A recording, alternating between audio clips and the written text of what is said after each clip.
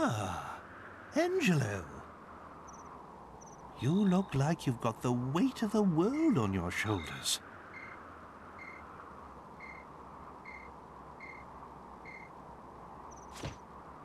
Maybe it would help to get it off your chest, hmm? Not that I want to force you, mind.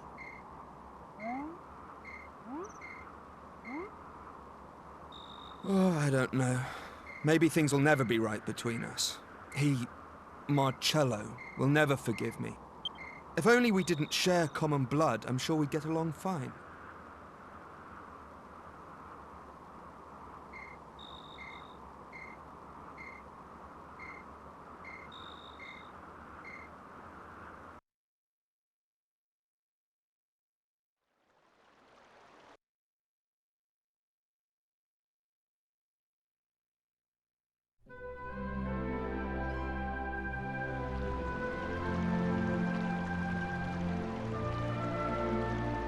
Abbot Francisco was always well known around these parts for his benevolence. He'd often take in children who had nowhere else to go. And I was one of them. My parents were well off, part of the aristocracy. But then they both died. All of a sudden, I was left with no family and no money. The Abbey was the only place I could go.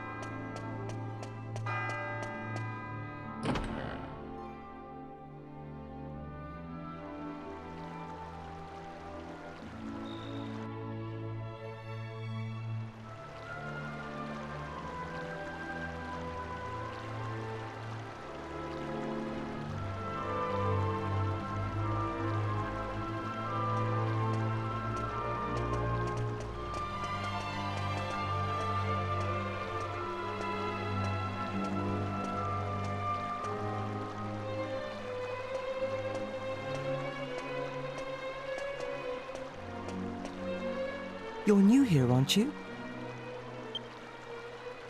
Are you here to join the brothers? Have you come all on your own?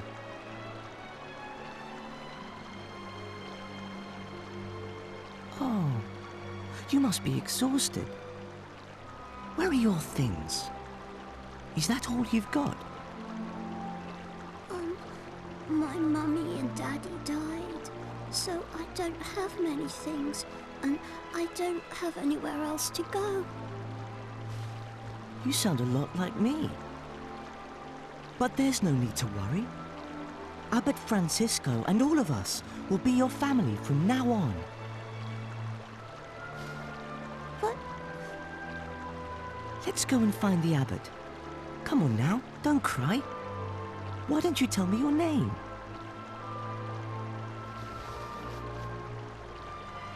Angelo.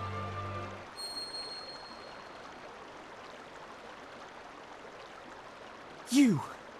So you're Angelo. Leave. I want you to leave. You leave and never come back. I don't ever want to see you again.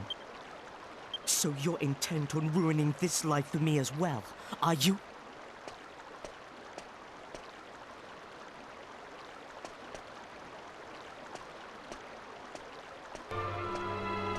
Marcello was the golden boy of the Abbey.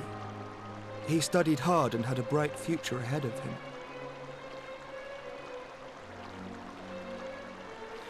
But when it came to me, his attitude wasn't so positive. I'm so sorry, child. I'm sad to say, I heard that little exchange. It's so unlike Marcello to act like that. I just don't understand. Ah, I see. I always knew he had a half-brother. That's you, isn't it? You're Angelo. Well, they say time heals all wounds. Let's hope your living here will make everything all right. Now, come along with me. From today onwards, this will be your home. Why don't I introduce you to everyone?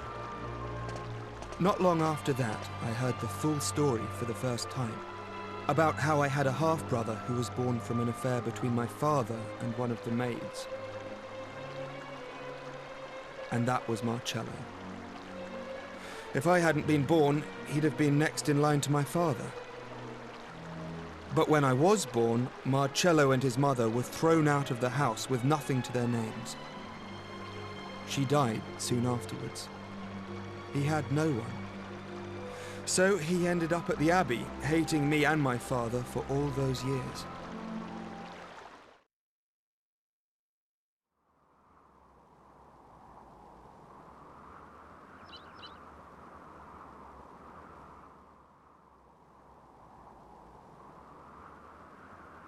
Quite a bombshell, don't you think? I was so young and innocent then, too. The whole thing hurt more than you can imagine. Still, c'est la vie. My father got off lightly. He did just what he wanted and then died, and left me to take the consequences. I'm the only one left for Marcello to hate now. In a way, I can't say I blame him, and it was probably good that we lived together. At least it gave him someone to take it all out on. It certainly added a bit of spice to the humdrum life at Myella Abbey, anyway. Angelo, I'm so... This story's gone on long enough. Look, it's nearly daybreak. Wait!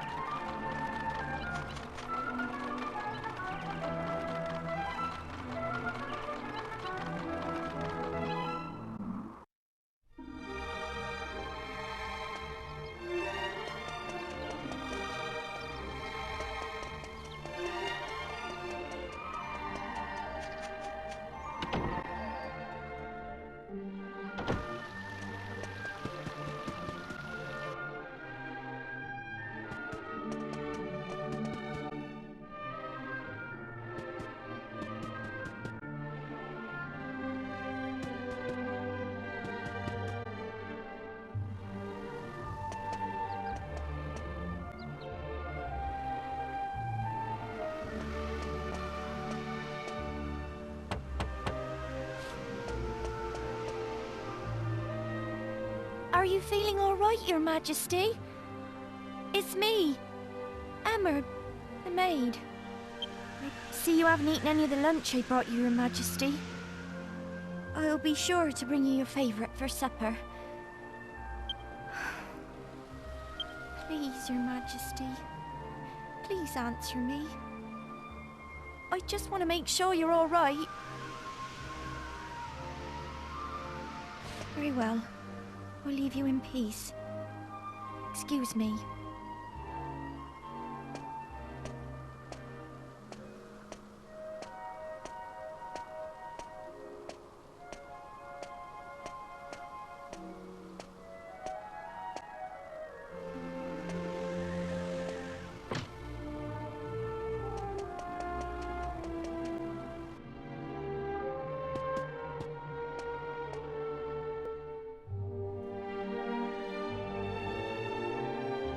He's hardly eating a thing either. And I could hear him weeping all through the night yesterday. He was such a benevolent and wise king when the Queen was still alive. I'm terribly sorry I'm of so little use to him. I see. So it continues. It must be difficult for you, Emma. But I need you to keep trying. If the king cannot recover from this, the country will fall apart. I just don't know what to suggest. Ah, hello there. Do you seek an audience with the King of Ascantha? I'm afraid that His Majesty has been unavailable to visitors since the period of mourning for the late Queen began, 2 years ago. He comes down to the royal suite every night, but I doubt that he'll grant you an audience. I realise that that must seem strange to you, but if you return after dark, you'll see for yourselves.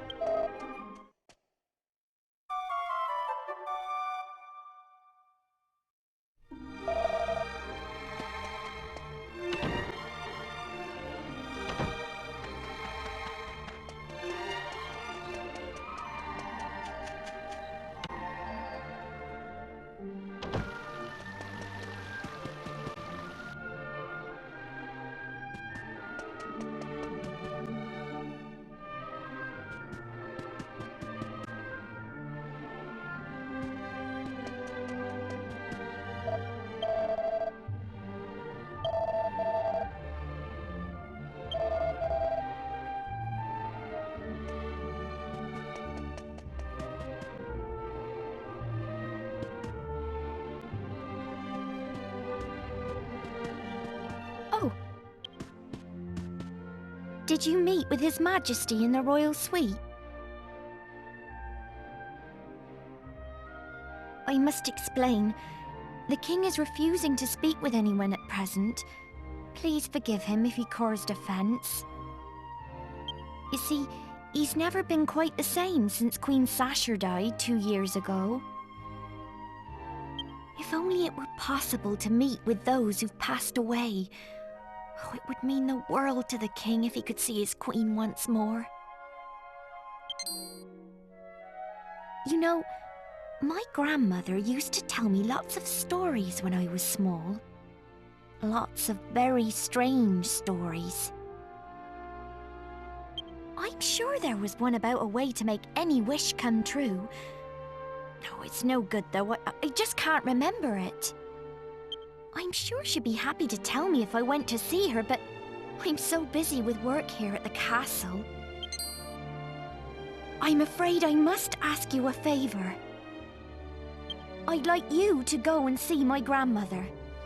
She lives in a house west of here, next to a bridge. Could you ask her to tell you the old story about how to make wishes come true? Maybe it's just a fairy tale, but if there's any chance it might be true, then I have to try and help the king. I wish I could go and ask her myself, but there's so much to do here at the castle, and I can't leave him on his own. I'm really counting on your help. My grandmother lives west of Ascantha, in a house next to a bridge. I pray at church every day that the king will be happy again. Please, help me to help him.